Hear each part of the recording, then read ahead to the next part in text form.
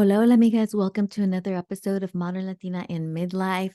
Today, we are talking about building up our confidence, ladies. Yes, we have my friend Monica Burkoth joining me to share some great tips on how to build your confidence to help you become magnetic to the people and the opportunities and the circumstances that you desire in your lives to also help you manifest the life that you want. I know that sometimes it's really easy to get into this doom and gloom mood. It's really easy to complain because that is what how our minds are kind of wired to work, and that's also how many of us are brought up, is to complain about the things, right?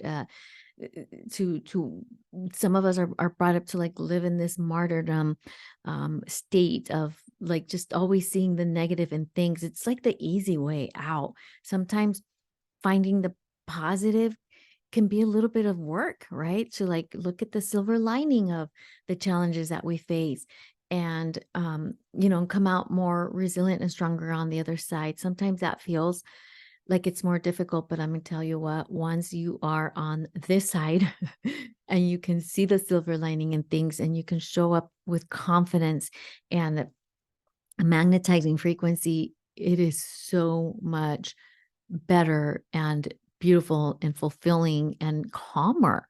That also means, in my very humble opinion, avoiding things like drama.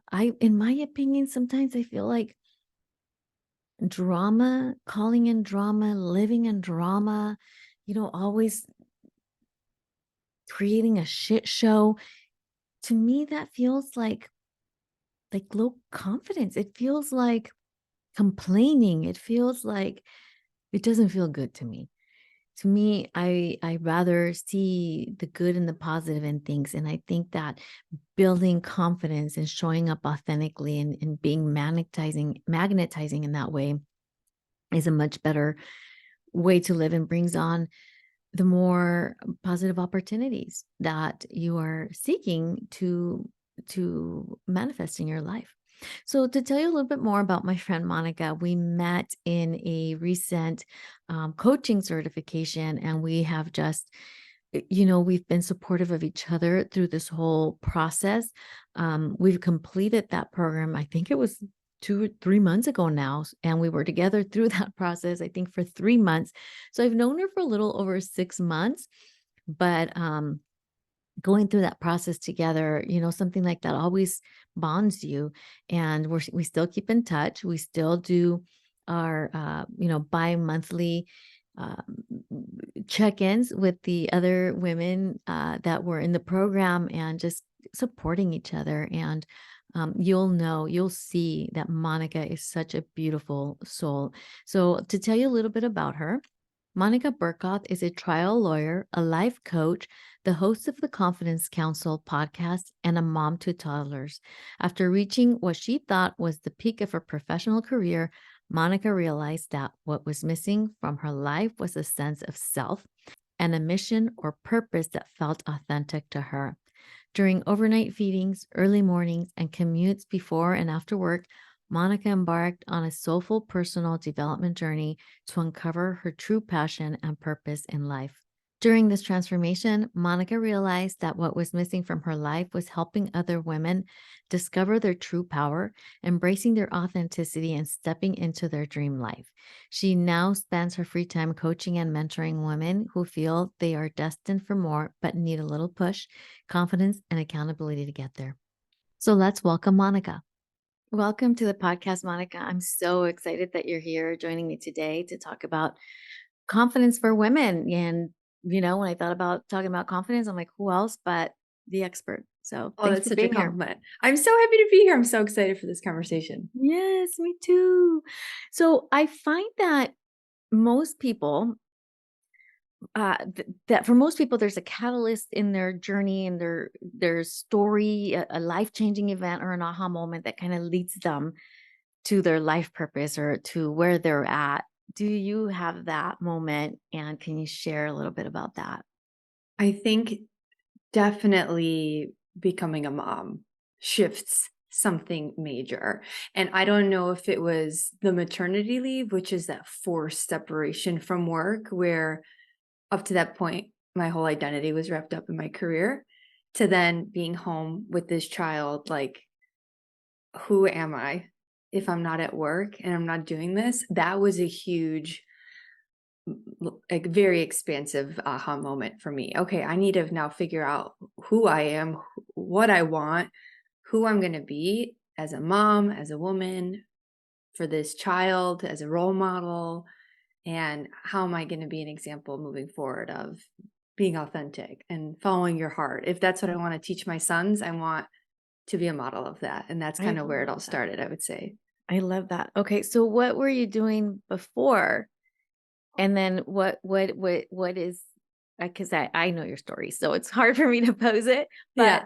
can you share what you were doing before, what you're doing, and what you're transitioning into to live authentically? Yes.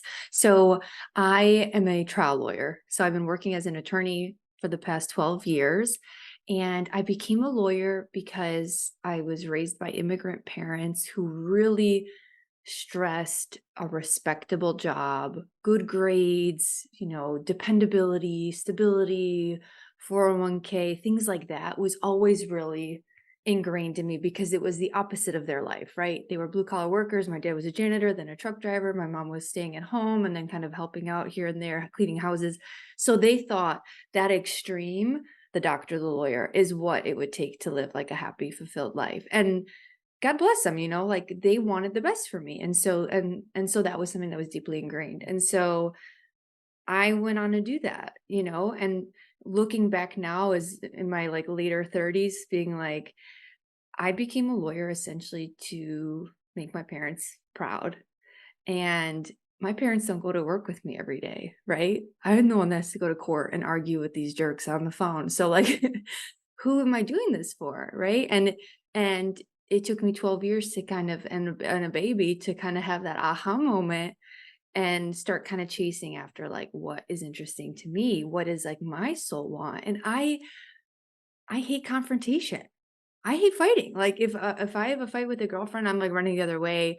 I hate arguing, and I ended up in the most Yeah, confrontational. that is so weird. Yeah, Like, I hate arguing about. hate it. Hmm. The only reason I think what like the law felt aligned was because of the trial stuff, the aspect, the getting up, the more theatrics aspect of it, getting up, telling your story to a jury. But that is so far and few in between in real life, as opposed to like what you see on TV. It's one a year at the most, and that's like generous to have a trial once a year. So the day to day is just not what I had thought. And I found it to be so unaligned that during my maternity leave was like, what am I doing? Like, what am I going to do? Or what am I going to at least try? And I had this crazy download about you need to start a podcast. And I was like, all right, I'm just going to follow it. I'm going to follow that. And then it kind of led to coaching and how we connected. And so, yeah, here I am now. Oh my gosh, I love that, Monica. I guess I didn't realize that that you're a daughter of immigrants, as I am. Hmm. Sometimes, I will say it out loud. Sometimes, you see a beautiful blonde and you don't think that they have similar stories, a beautiful blonde that's a trial attorney. It's like, oh my gosh, most of the immigrants that I grew up with look like me. So we actually have very similar backgrounds Mm-hmm. in that sense. Are you the eldest daughter? No, middle. Middle. I'm the eldest daughter. And I don't know what your experience was like, but for me, yes, it was pleasing my parents. And it was also, um, for me, it was always about making sure that the sacrifices that they made and all the hard work and the hours of commute to LA, that it was all worth it, And Hmm. so I wanted to, there's a big responsibility that comes with being a child of an immigrant who's trying to make their American dream a Yep. reality. Hmm. And so I can 100% relate on that end. So yeah, so thank you for sharing that story, your story with us.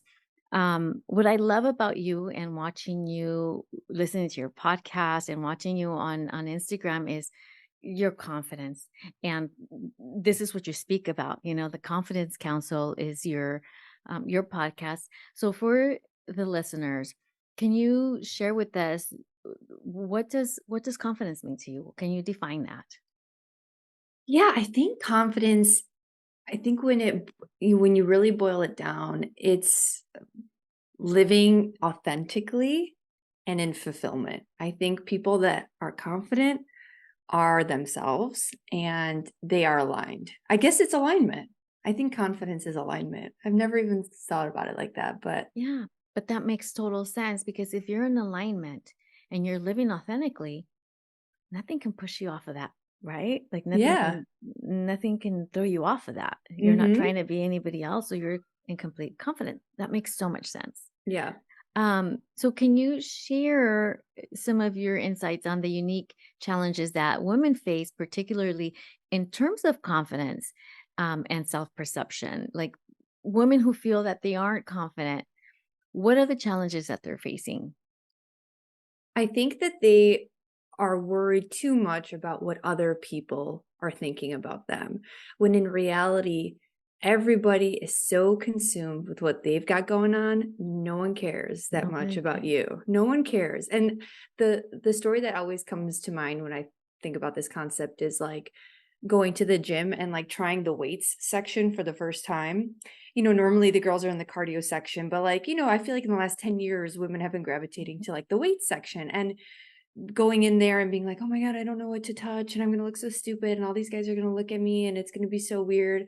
But like, everyone is too busy looking at their own muscle or like, flexing in the mirror and like looking at their own form. They're not looking at and you think, and you know what, that held me back for years. I'm not going in there. I'm like way too I still self-conscious. haven't gone to the weight Yes, section go because to the of weight that. section. No one is looking Nobody at cares you. to look at They're me. literally watching their bicep flex, like they're not worried about what your form is or what you're Yeah. looking like. It's in and if you kind of translate that into just life, like it's so true for everything. Mhm. When you're at the gas station, let's say for example, like are you super concerned about the woman in the pump next to you or behind you and like what she looks like and what Yeah, no.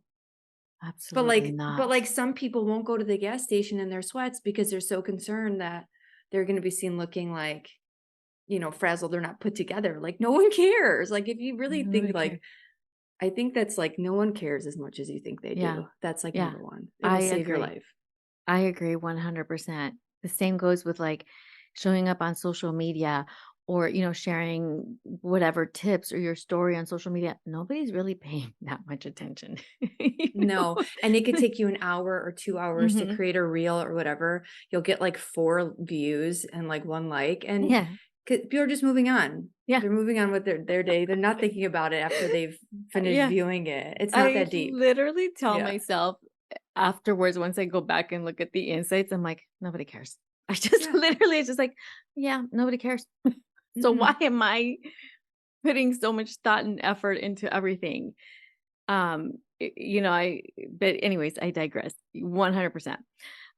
So I know that one of the things that you talk about is how women can becoming more magnetized through confidence. What does that mean exactly to I you? think just being a more magnetic person, like that's available to everybody. And I heard something the other day that like really stuck with me that, and I don't know if you've heard this phrase, I'm like late to the game, but it was like, your frequency is your currency.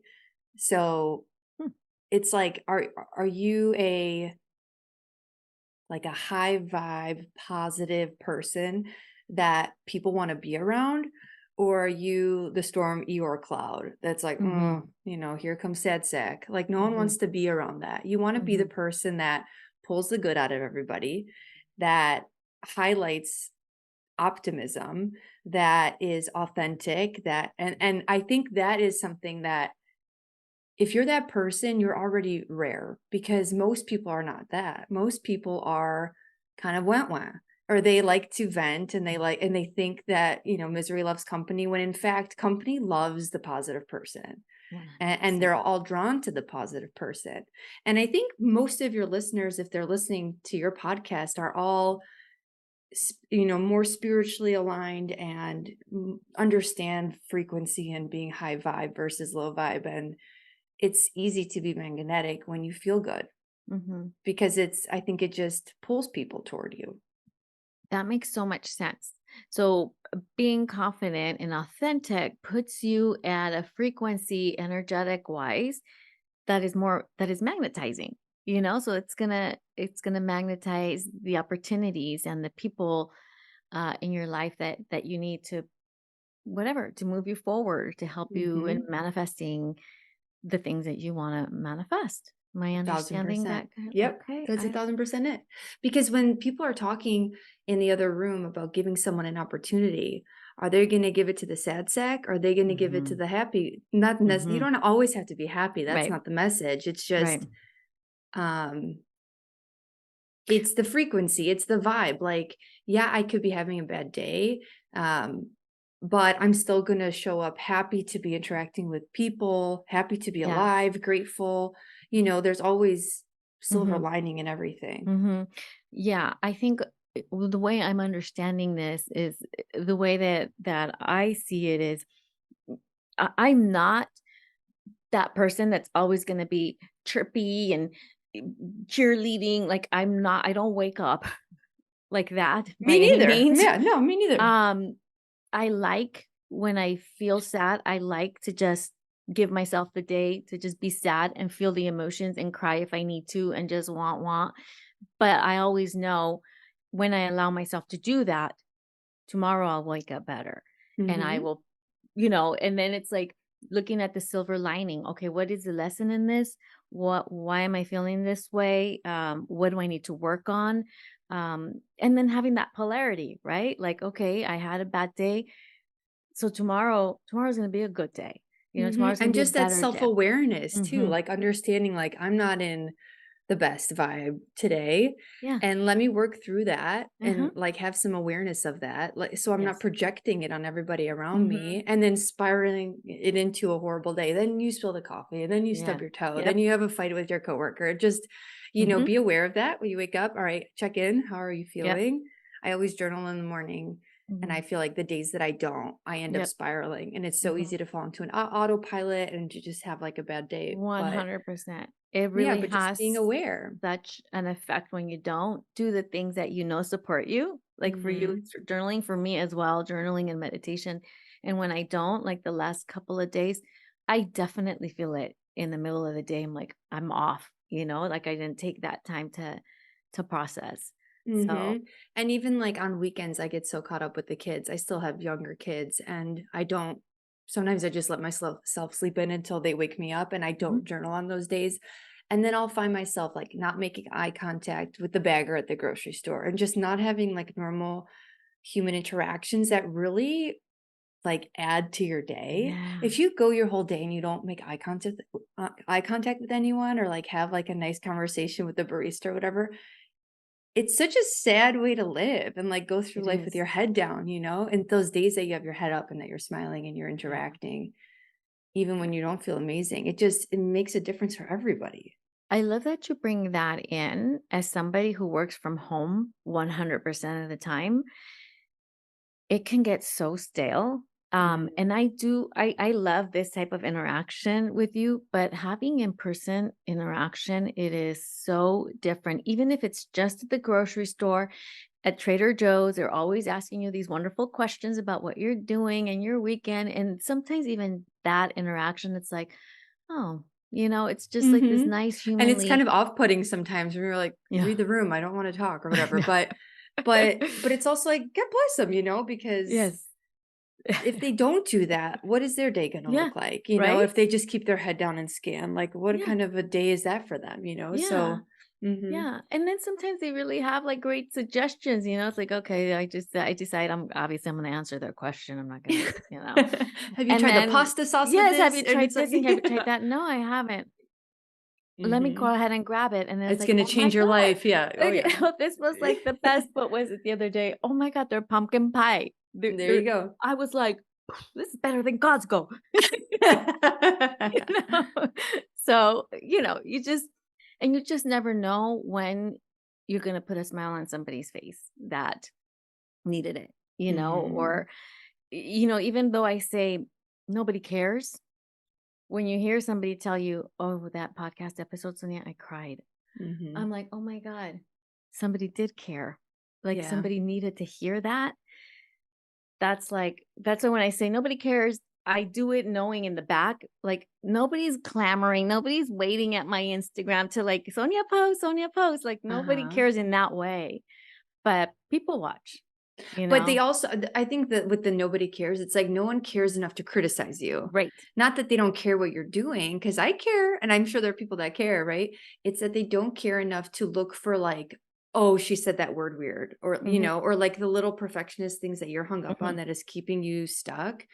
No one is looking that deep to mhm, know that it was a mess up or a goof up or it wasn't perfect. mhm, No one mhm, cares to that extent, right? mhm. They care what you're doing because they're interested in you and like Well, you have a yeah. lot to offer, right?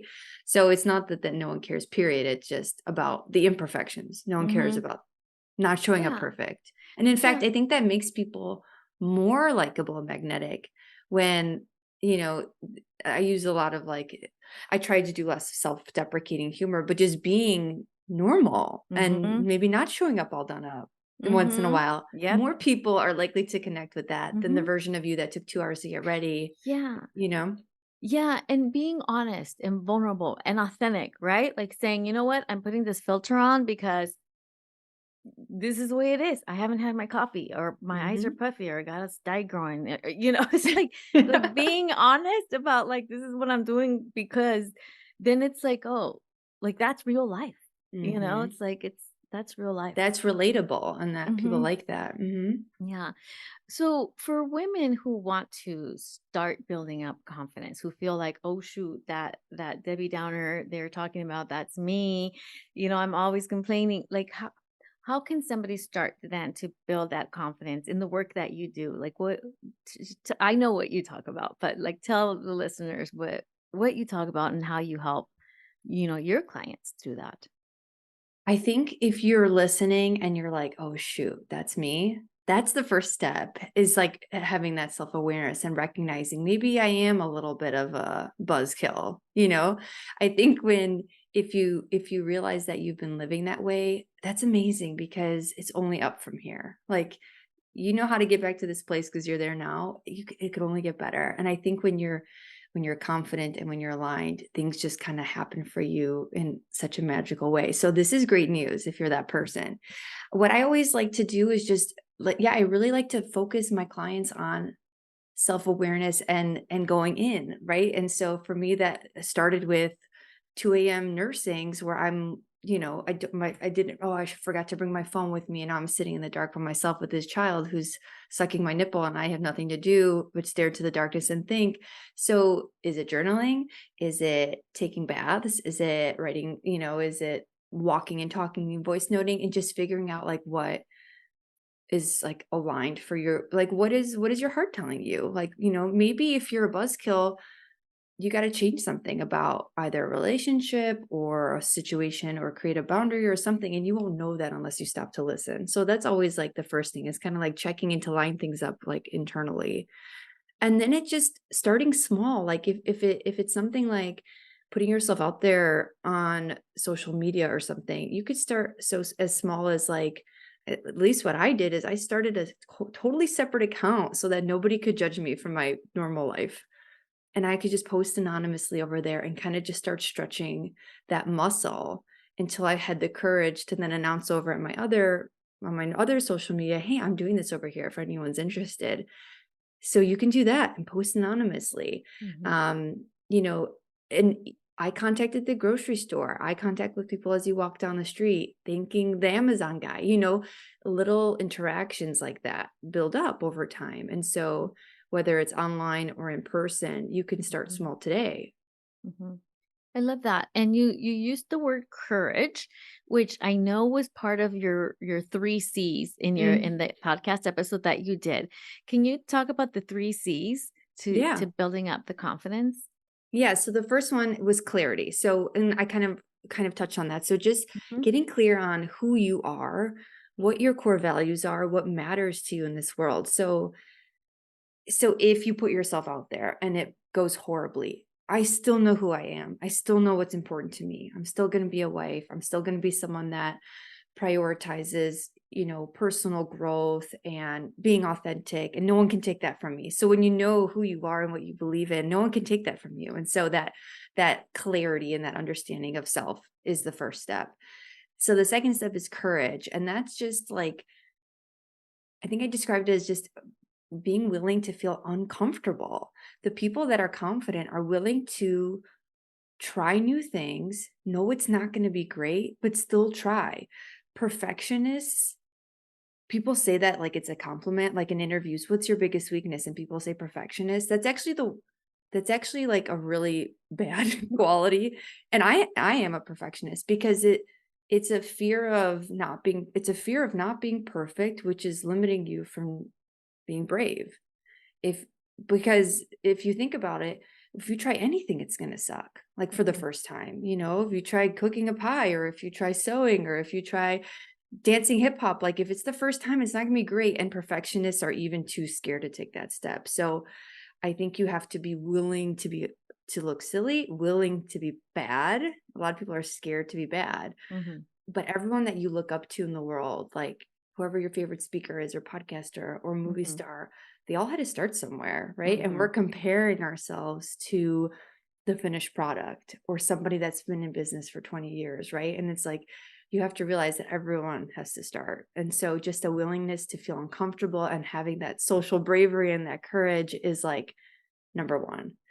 Well, number two, because Number number one 2. is clarity, right? So number two is courage. And another thing is, like, if you feel like you have no courage, then get around women that are expanders for you, that do have that, or that see that in you, whether that is like friends that like know you're capable and will push you, in a like a healthy push, or a coach or a mentor, or just start listening to people that are expansive that'll give you the push. Like Mel Robbins is my person. I'm like obsessed with her, and I feel like she kind of encourages she's like my mentor informally, Mhm. like through her podcast Yes. and stuff. So audit your social media and stuff. Are you following people that are growing you and will lead to social bravery, or people that are making you feel, oh, I can never be that, like it's not even worth trying? So courage is number two. And then the last one is competence. Like competence meaning the more you do something, the better you'll get at it. And the better you get at it, the more comfortable you become. Like the first jury trial I ever did was a freaking hot mess. Like it was probably malpractice, honestly. But then now, like 12 years later, I'm getting like these awards and I'm feeling so good trying, telling my story and things like that to a jury. It feels so natural. And people are like, wow, she's so confident. But I didn't start like that, right? It took a lot of practice. And same with podcasting. Like the first interview, if you go back, or the trailer, it's so embarrassing. But I was like, no one is going to care enough to make fun of me. And if they do, I don't want anything to do with those people. And I'm not even going to give them my energy. And here I am now, have grown so much. Now I have almost 30 episodes under my belt. And if I had never tried, like I wouldn't be here right now. And it's like, I almost wish I had started sooner and heard these messages sooner? So if you're in that place where you're like at the cliff, just jump, just do it. Have this be your sign. Yeah, I love that. Thank you. I like setting it up that way in the 3 C's because it's easy for me to remember. It was like, okay, I'm feeling low and confident. What do I got to do here? Okay, so it's like Yes. 1, clarity; 2, courage; 3, competence. Okay, I got this. Yeah. It's It's like just the like total lawyer in me. I'm like, I need to like outline this in some way that, yeah, I'm much easier that way to remember things. So do you have strategies for yourself or for your clients in helping people to stay resilient in maintaining that confidence, because you can build it when there's, particularly when there's setbacks or failures. um Sometimes it's easy to just be like, man, that was a total flop, and just mm-hmm. feel really bad, like, kind of easy could be easy to go down a spiral of like, man, I should have never tried that, I should have never done that, I should have known better.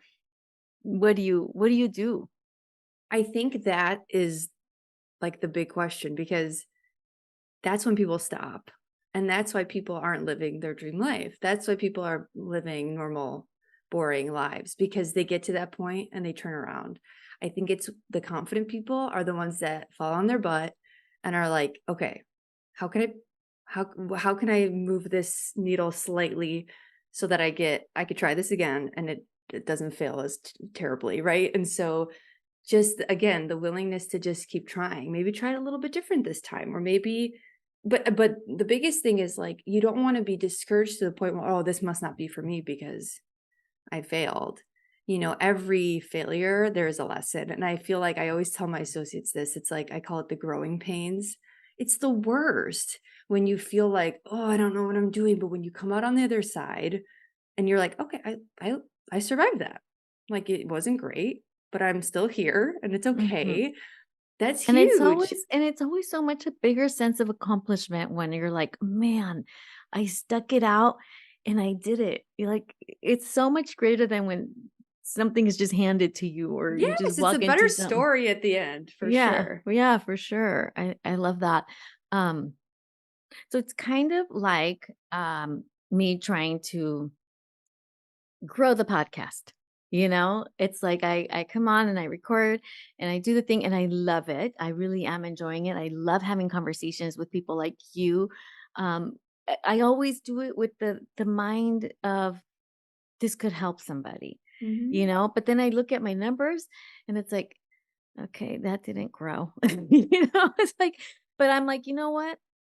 I'm just gonna keep showing up. I'm just gonna keep doing it. Number one, I'm enjoying it.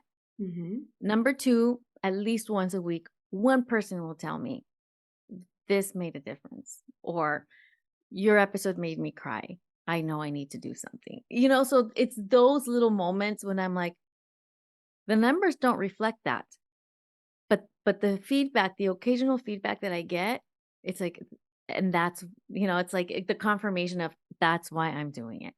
That's Mhm. why I'm doing it. It's not the vanity numbers. So, it's kind of like for me, it's like, just keep showing up, you know? It's like, I look at the numbers and I just kinda do this like, "Nobody cares." But I'm gonna I do it again. totally feel that. I totally But feel I'm that, gonna but I'm still going, right? And Yeah, so are you, and it's just yeah. because I think there's that inner pull to Mhm, serve, and mhm. even if it's for that one person listening, Yeah, it's worth it. 100%. I have this, little note I wrote on my wall here by my desk, and it says, it's what is the impact that I want to make or change in the world, and that's what it comes down to. It's not about what numbers I'm going to get back. It's that impact. What can it do for somebody else? And Mhm. so if I could be confident enough to and brave enough to just show up and speak, I don't know, maybe it'll help somebody. Yeah, I think the other thing is, like, when you hear about people on their deathbeds, right? Or Mhm. just or people, billionaires dying with all this money and all this stuff, and just saying like, "Man, none of it mattered except for how you made other people feel and how you were able to serve others and the relationships that you created with people." And that comes from being authentic, showing up, and being courageous. Like, no one is like, "Man, I wish I didn't take that risk." It's like, I'm so happy I took that risk. Yeah. Even though I fell on my butt, I learned X, Y, and Z. It brought me here. I met this person. And even if it goes nowhere, you'll meet people along the way. You're sure to grow. And it's part of your journey. I fully believe. Like, it's even if it's not going to go somewhere where it's going to be like this lucrative career, it was part of the journey to meet these people and to have Mhm. conversations and Mhm. to, It was part of the yeah. lesson. It was part of the Mhm. lesson. It was part of building up that resiliency. I can think of an example of, a previously failed business. I bought a franchise and completely fell on my face. It was during it was an interior decorating franchise. I bought that, I think it was 2006 and 2008. The market crashed and I lost everything. And it Wow. was like, I will never be in business for myself again. I just left such a bad taste in my mouth. But you know what? Now, now I can look back and say, wow, what a big lesson that was. I learned, even though that business didn't go where I wanted it to go through that process, I knew that I could run a business. Yeah. That one didn't work. But the things that I did, the people that I met, the lessons that I learned in setting up that business were more than I learned in, 5 years in business school. 1,000%. Yeah. Yeah. Well, thank you so much. What do you have any other last final pieces of advice that you'd like to give the listeners? So another a quality of confident people, and it's something that I think will carry over just beyond confidence, but just general like life quality is to just be a grateful person. I just did this like gratitude exercise and where I did 28-day challenge of gratitude exercises and just I found that when you're a grateful person, if you're in the company of other people, they feel that. And I think grateful people are so appreciative of what they have around them, even if it's not what they want, it's what they currently have. And it raises your vibration. And if it's all about frequency and how you're showing up in the world, if anything, just be grateful because then you will feel better. The people around you will feel better. Your life will just be more beautiful. Yeah, I love that. It all goes back to like raising that frequency of magnetism. I love that. Mhm. Well, Monica, thank you so much. You are such a beautiful soul. I'm so glad that our paths crossed. And Me for the too. listeners, Monica and I met going through a coaching certification program, and I already feel like I feel it feels like we've been friends forever, and I can honestly say that I love you. I love you I as a agree. I person, totally right? agree. Oh my Yeah. gosh. Thank you. Yeah. Thank you for loving Totally me back. mutual. Mhm. Yeah, it feels so beautiful, and you're just such a beautiful person to be around, and your energy is magnetic, Miss Confidence. So thank you so much for agreeing to be on the podcast. But share with us, how can people work with you? What programs do you have coming up? Where can people find you? All the good Thank stuff. you. Yeah. So it's so mutual, Sonia. I love you too. Mhm, So I'm mostly on Instagram. So it's at confidence.counsel and it's counsel SEL, not CIL. mhm. Counsel is like a group of people. Counsel is like a play on attorney. So Yes. confidence counsel. And I also have a podcast called Confidence Counsel. And in January of 2024, so I will have one-on-one coaching opening. My website is going live in the middle of December. So I'm not sure when this is going to go up, but it might be live. So if it is, it'll hopefully be available to you. Mhm, And you can set up a call through there and we could see if we'd be a good fit. mhm. Perfect. Thank you so much. I will link everything in the show notes, so you guys know exactly where to find Monica. And once again, thank you so much for being here. I think that this is going to be a fun one for all the ladies Yay. listening. Thank you. Thank you so much for having me. You're welcome. So, all of Monica's links are found in the show notes. You can easily find her. Reach out to her if you feel that this is an area that you might want to work with her on. Follow her on Instagram, subscribe to her podcast. She has so many great nuggets of information. And as you can see, she is just a beautiful soul, one of the most authentic people I have met. I never thought I'd say that about a trial attorney. So, thank you so much for being here. Hasta la próxima.